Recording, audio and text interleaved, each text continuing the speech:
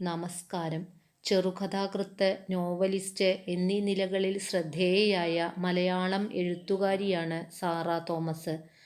1934 തിരുവനന്തപുരത്താണ് ജനനം. 20ഓളം നോവലുകൾ രചിച്ചിട്ടുണ്ട്. ജീവിതം എന്ന നദി എന്ന ആദ്യ നോവൽ 34-ാം വയസ്സിൽ പുറത്തിറങ്ങി. സാറ തോമസിൻ്റെ മുറിപ്പാടുകൾ എന്ന നോവൽ P.A. ബക്കർ മണിമുഴക്കം എന്ന സിനിമയാക്കി. ഈ സിനിമ സംസ്ഥാന ദേശീയ തലങ്ങളിൽ പുരസ്കാരം നേടി. ഇതിനു പുറമെ അസ്തമയം, പവിഴമുത്ത്, അർച്ചന എന്നീ നോവലുകളും ചലച്ചിത്രങ്ങൾക്ക് പ്രമേയങ്ങളായിട്ടുണ്ട്. മധ്യവർഗ കേരളീയ പശ്ചാത്തലത്തിൽ നിന്നും വ്യത്യസ്തമായ ജീവിതാന്തരീക്ഷം അവതരിപ്പിക്കുന്ന സാറ തോമസിൻ്റെ ചില കൃതികൾ ശ്രദ്ധേയങ്ങളാണ്. നാർമടിപ്പുടുവ എന്ന നോവലിൽ തമിഴ് ബ്രാഹ്മണരുടെ ജീവിതം ചിത്രീകരിക്കുന്നു. ദൈവമക്കൾ എന്ന നോവലിൽ മതപരിവർത്തനം ചെയ്ത അധസ്ഥിത വർഗത്തിൻ്റെ വ്യാകുലതകളും ദുരിതങ്ങളുമാണ് പ്രമേയം. പ്രധാന കൃതികൾ: ജീവിതമെന്ന നദി, മുറിപ്പാടുകൾ, പവിഴമുത്ത്, ആ മനുഷ്യൻ നീ തന്നെ, അർച്ചന, ദൈവമക്കൾ, ഗ്രഹണം, തണ്ണീർപ്പന്തൽ, യാത്ര, കാവേരി തുടങ്ങിയവ. സാറ തോമസിൻ്റെ പ്രസിദ്ധമായ ഒരു ചെറുകഥയാണ് കുപ്പിവളകൾ. കാഴ്ചകൾ അന്യമായ കണ്ണമ്മയുടെ ശബ്ദലോകത്തെ പരിചയപ്പെടുത്തുന്ന കഥയാണ് സാറ തോമസിൻ്റെ കുപ്പിവളകൾ. അനാഥാലയത്തിൻ്റെ ഒറ്റപ്പെടലിലും വീർപ്പുമുട്ടലിലും ജീവിതത്തിൻ്റെ പ്രസാദാത്മകത പാടെ നഷ്ടപ്പെട്ട് കണ്ണമ്മയ്ക്ക് ബാഹ്യലോകവുമായി പൊരുത്തപ്പെടാനാവുന്നില്ല. മഴ തകർത്തു പെയ്യുകയാണ്. പെട്ടെന്ന് അതിശക്തിയായി ഡോർ അടയുന്നതിൻ്റെ ശബ്ദം കേട്ടു. അനാഥാലയത്തിൽ ഏതോ വിശിഷ്ടാതിഥി വന്നിട്ടുണ്ടായിരിക്കുമെന്നാണ് കണ്ണമ്മ കരുതിയത്. ആരെങ്കിലും വന്ന് തൻ്റെ കൈ പിടിച്ചു കൊണ്ടുപോകും. അനാഥാലയമുറ്റത്ത് തങ്ങൾ ഒത്തുകൂടുമ്പോൾ വന്ന അതിഥി തങ്ങളോടായി സംസാരിക്കും. നല്ല കാര്യങ്ങളാണ് പറയുന്നതെന്നാണ് ദേവുചേച്ചി പറയുന്നത്. കണ്ണമ്മ ഉദ്ദേശിച്ചതുപോലെ സംഭവിച്ചു. ആരെങ്കിലും വന്ന് സംസാരിക്കുകയാണെങ്കിൽ കണ്ണമ്മയെ മുന്നിൽ നിർത്തണമെന്ന് സിസ്റ്റർ അമ്മയ്ക്ക് നിർബന്ധമാണ്. കണ്ണിന് കാഴ്ചയില്ലാത്ത കണ്ണമ്മ അങ്ങനെ പറഞ്ഞാണ് പരിചയപ്പെടുത്തുന്നത്. അത് കേൾക്കുമ്പോൾ അവരുടെ മനസ്സിൻ്റെ അലിവ് ഒരു നെടുവീർപ്പായി കാതുകളിലെത്തും. കാഴ്ചയില്ലാത്ത കണ്ണമ്മയാണ് അവൾ. തൻ്റെ ലോകം വളരെ ഇടുങ്ങിയതാണ്. അതുകൊണ്ട് തന്നെ മറ്റുള്ളവരുടെ സംഭാഷണത്തിൽ നിന്ന് അവളെ ഒഴിവാക്കി നിൽക്കുന്നത് എന്ന് അവൾ സ്വയം കരുതുന്നു. എന്തെങ്കിലും പറഞ്ഞ് മനസ്സിലാക്കാൻ ശ്രമിക്കുന്നത് ദേവുചേച്ചി മാത്രമായിരുന്നു.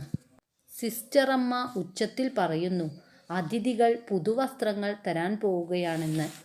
ഇതുകേട്ട് എല്ലാവർക്കും സന്തോഷമായി. പക്ഷേ കണ്ണമ്മയ്ക്ക് സന്തോഷമുണ്ടായില്ല. പുഞ്ചിരിയോടെ വേണം സമ്മാനം സ്വീകരിക്കാൻ എന്ന് സിസ്റ്ററമ്മ പറഞ്ഞത് അവൾ ഓർത്തു. ആൾക്കൂട്ടത്തിനിടയിൽ നിന്ന് കണ്ണമ്മയെ ലിസി പുറത്തേക്ക് നടത്തി. കണ്ണമ്മയുടെ പതിവ് സ്ഥലത്ത് കൊണ്ടെത്തിച്ചിട്ട് ലിസ ഓടിപ്പോവുന്നു. കണ്ണമ്മ തപ്പിത്തടഞ്ഞ് തൻ്റെ തകരപ്പെട്ടിയിൽ പുതിയ ഉടുപ്പ് വച്ചിട്ട് പതിവ് സ്ഥലത്ത് വീണ്ടും വന്നു നിൽക്കുന്നു. പെട്ടെന്ന് തൻ്റെ കയ്യിൽ മൃദുല സ്പർശം അനുഭവപ്പെട്ടു അവൾക്ക്. തനിക്ക് പരിചയമുള്ള ആരുടെയുമല്ല. പെട്ടെന്ന് സിസ്റ്ററമ്മയുടെ പരുക്കൻ ശബ്ദം, റോസിമോൾ, നിനക്കൊരു പ്രത്യേക സമ്മാനം കൊണ്ടുവന്നിരിക്കുന്നു, വേഗം കൈനീട്ടിക്കൊടുക്ക്. പെട്ടെന്ന് കുപ്പിവളകളുടെ കലപില ശബ്ദം കേട്ടു. പെട്ടെന്ന് ആരോ അവളുടെ കൈപ്പത്തി ഒതുക്കി പിടിക്കുകയാണ്. എന്തോ സംഭവിക്കുന്നു എന്നവൾ ആലോചിച്ചു നിൽക്കുമ്പോൾ കലപില കൂട്ടുന്ന കുപ്പിവളകൾ അവളുടെ കൈത്തണ്ടയിലേക്ക് കയറി. കണ്ണമ്മയ്ക്ക് വിശ്വസിക്കാനായില്ല. തടവി നോക്കാൻ ശ്രമിച്ചപ്പോൾ മണിക്കിലുക്കം. പെട്ടെന്ന് മനസ്സിൽ ആഹ്ലാദത്തിൻ്റെ രോമാഞ്ചം. അത് ശരീരമാകെ പടർന്നു. അവൾ എല്ലാം മറന്ന് ആനന്ദിച്ചു. കണ്ണമ്മ എന്ന കഥാപാത്രത്തിൻ്റെ അവസ്ഥ പൂർണ്ണമായി വായനക്കാരനിൽ എത്തിക്കുന്നതിനുള്ള ധാരാളം സന്ദർഭങ്ങൾ കഥയിലുണ്ട്. കഥയിലെ കേന്ദ്ര കഥാപാത്രമായ കണ്ണമ്മയുടെ ലോകം വളരെ ഇടുങ്ങിയതാണ്. ഒരു വസ്തുവിനെ പോലും കണ്ടിട്ടില്ലാത്ത കണ്ണമ്മയ്ക്ക് പ്രസംഗം കേട്ട് മനസ്സിലാക്കാനുള്ള അറിവ് ലഭിച്ചിട്ടില്ല. അവിടത്തെ അംഗങ്ങളുടെ സ്നേഹവും സഹകരണവുമാണ് കണ്ണമ്മയ്ക്ക് ആകെയുള്ളത്. അവൾക്ക് ഏറ്റവും ഇഷ്ടപ്പെട്ട വസ്തുവായത് കുപ്പിവളകളും അവയുടെ കിലുക്കവുമാണ്. തൻ്റെ പരിമിതികളെല്ലാം മറന്ന് ആനന്ദിക്കാനുള്ള വക നൽകിയത് കുപ്പിവളകൾ മാത്രമായിരുന്നു. അന്ധയായ കണ്ണമ്മയ്ക്ക് നിറങ്ങളുടെ ലോകം പരിചിതമല്ല. ശബ്ദങ്ങളെ മാത്രം പരിചയിച്ചാണ് അവൾ വളർന്നത്. ഇത്തരത്തിൽ ശാരീരികവും മാനസികവുമായ വൈകല്യങ്ങൾ അനുഭവിക്കുന്നവർ നമുക്കിടയിലും ഉണ്ട്.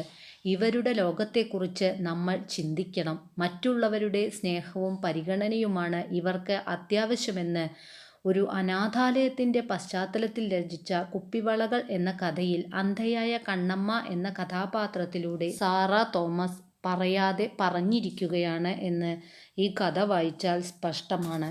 നന്ദി, നമസ്കാരം.